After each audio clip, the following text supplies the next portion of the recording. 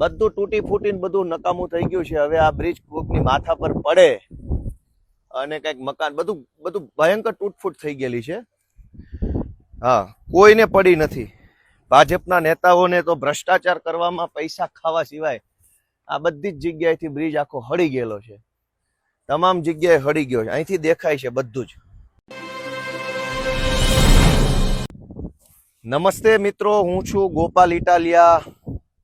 ભેસાણ, વિસાવદર અને જુનાગઢ ગ્રામ્ય મત વિસ્તારમાંથી લોકોએ મને આશીર્વાદ આપી અને કામ કરવા માટે મોકલ્યો છે એવો ધારાસભ્ય.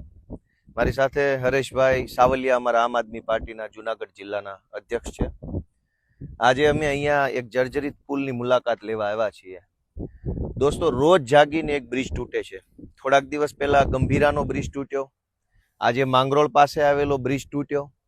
હજુ નવો બ્રિજ તૂટે અને લોકોને જીવહાનિ થાય કે માલ મિલકતની નુકસાન થાય એ પહેલા ભાજપના ભ્રષ્ટાચારી માનસિકતા ધરાવતા ચોર નેતાઓ જાગી જાય તો સારી વાત છે.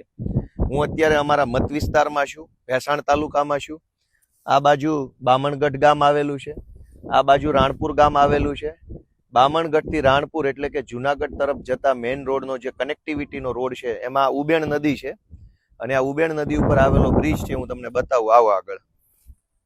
ઉબેણ નદીનો બ્રિજ. હવે આ બ્રિજ પડે અને કોઈના જીવનું જોખમ થાય, કોઈનું મૃત્યુ થાય, કોઈનું વાહન તૂટી જાય એ પહેલા ભાજપની સરકાર જાગી જાય તો સારું છે. કોઈને કાંઈ પડી નથી, બધા બિંદાસ થઈને આ બાજુ આવો જરાક. આ બ્રિજ છે, આ જોઈ લો. આવી જાઓ, અહીંયા ઉભા રહેજો. આ બ્રિજ છે, આ સરિયા છે, દેખાય છે, આવે છે એમાં.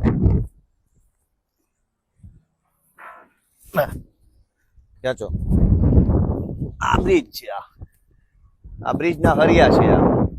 હવે આ બ્રિજ તૂટી પડશે, બહુ હેઠે જતા ને માથે પડશે, આનું નક્કી નહીં. આ ભાજપના આ બ્રિજ છે, આ જોઈ લો. આ બધા હરિયા નીકળી ગયા છે. આ હરિયો નીકળી ગયો છે. નજીક આવો જરાક, હરિયા બતાવો. બધું તૂટી ફૂટીને બધું નકામું થઈ ગયું છે. હવે આ બ્રિજ કોકની માથા પર પડે અને કઈક મકાન બધું બધું ભયંકર તૂટફૂટ થઈ ગયેલી છે. હા, કોઈને પડી નથી. ભાજપના નેતાઓને તો ભ્રષ્ટાચાર કરવામાં પૈસા ખાવા સિવાય આ બધી જ જગ્યાએથી બ્રિજ આખો હળી ગયેલો છે. તમામ જગ્યાએ હળી ગયો છે. અહીંથી દેખાય છે બધું જ, છેકથી છેક સુધી. કેમેરામાં કેટલો તૂટલો દેખાય છે અલગ વિષય, બાકી નરી આંખે જોવો તો કોઈ પણ સમયે આ બ્રિજ ગમે ત્યારે તૂટે એવી પરિસ્થિતિ ગણી શકાય આપણે. પછી તો સરકારી એન્જિનિયરો સ્ટ્રક્ચરલ સ્ટેબિલિટીનો રિપોર્ટ કરે અને ચેક કરે કે આ શું છે. આ જુઓ, આ હરિયા નીકળી ગયા છે કાયદેસર, છતાંય તે કોઈના પેટનું પાણી નથી હલતું. પછી જ્યારે બ્રિજ તૂટી જશે, ખરેખર 10-15 લોકો નીચે પડશે, દાખલા તરીકે એકાદી બે ગાડીઓ ફોર વ્હીલર પડશે, પછી કે છે કે આ 10 ગાળા પૈકી એક ગાળો તૂટ્યો છે. પછી આવી બધી મોટી મોટી કેટલા 1, 2, 3, 4, 5, 6, 7, 8, 9, 10 ગાળા છે. 10 પૈકી એક ગાળો તૂટ્યો છે. કડક કાર્યવાહી કરશું, તપાસના આદેશ આપશું. આજે જ સવારે માંગરોળ પાસેના એક ગામમાં બ્રિજ તૂટ્યો. હવે આ બ્રિજ તૂટવાની રાહ જોઈ રહ્યા હોય ભાજપ વાળા એવું મને લાગે છે. પેરિસ જેવા રોડ તો ન બનાવો તો કઈ નહીં, માણાના પેટના બ્રિજ તો બનાવો. માણસ જેવું તો કરો કમસે કમ. આ માણસનો જીવ જાય એવી વ્યવસ્થા છે અહીંયા. આખું અત્યારે સ્ટ્રક્ચર જે છે એ પહેલી નજરે ખરાબ દેખાઈ રહ્યું છે.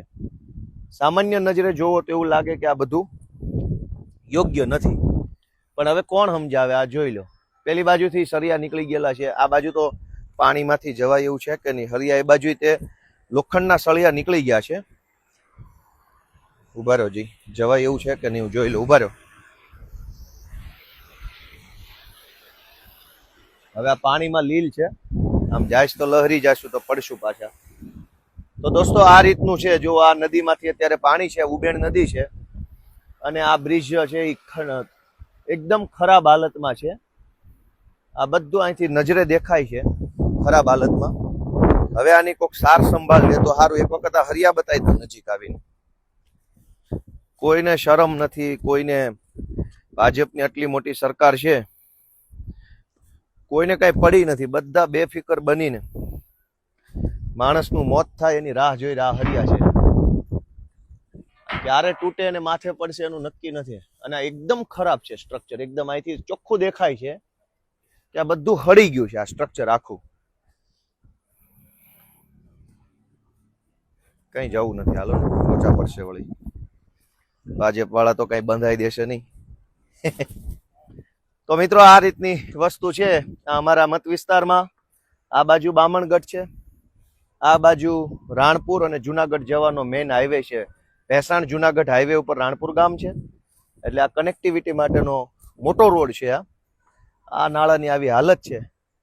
ભાજપની સરકારમાં આત્મા જાગે, સરકારનો આત્મા જાગે, ભાજપના નેતાનો આત્મા જાગે, ભાજપના મંત્રીઓનો આત્મા જાગે એવી હું આશા રાખું છું.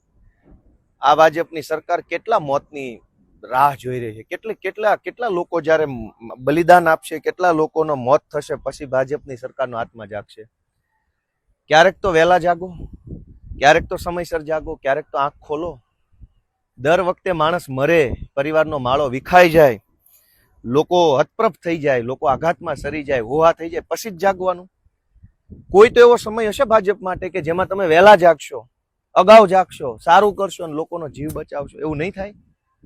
ગુજરાતની જનતાની મારી વિનંતી છે, ક્યાં સુધી આવું બધું ચલાવી લેશો? ક્યાં સુધી?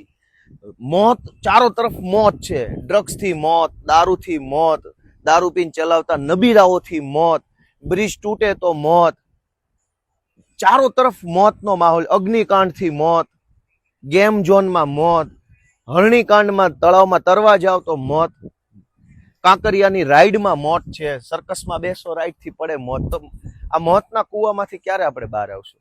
લોકોને વિનંતી છે પોતાનો આત્મા જગાડો. ક્યાં સુધી આવું ચલાવી લેશો?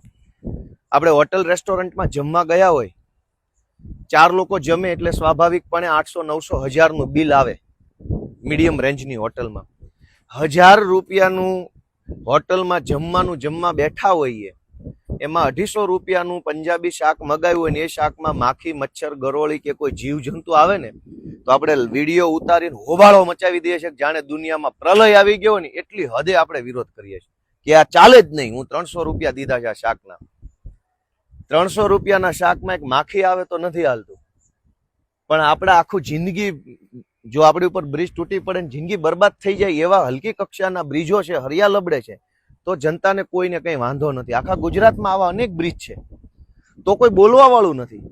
300 રૂપિયાના શાકમાં માખી નહીં ચાલે, બાકી બ્રિજ ગમે એવો હશે તો ચાલશે, સરકારી બસ ખરાબ હશે તો ચાલશે, સરકારી શાળા ફૂટેલી હશે તો ચાલશે. દોસ્તો, ક્યાં સુધી સહન કરી લેશું? શું કામ સહન કરવું છે?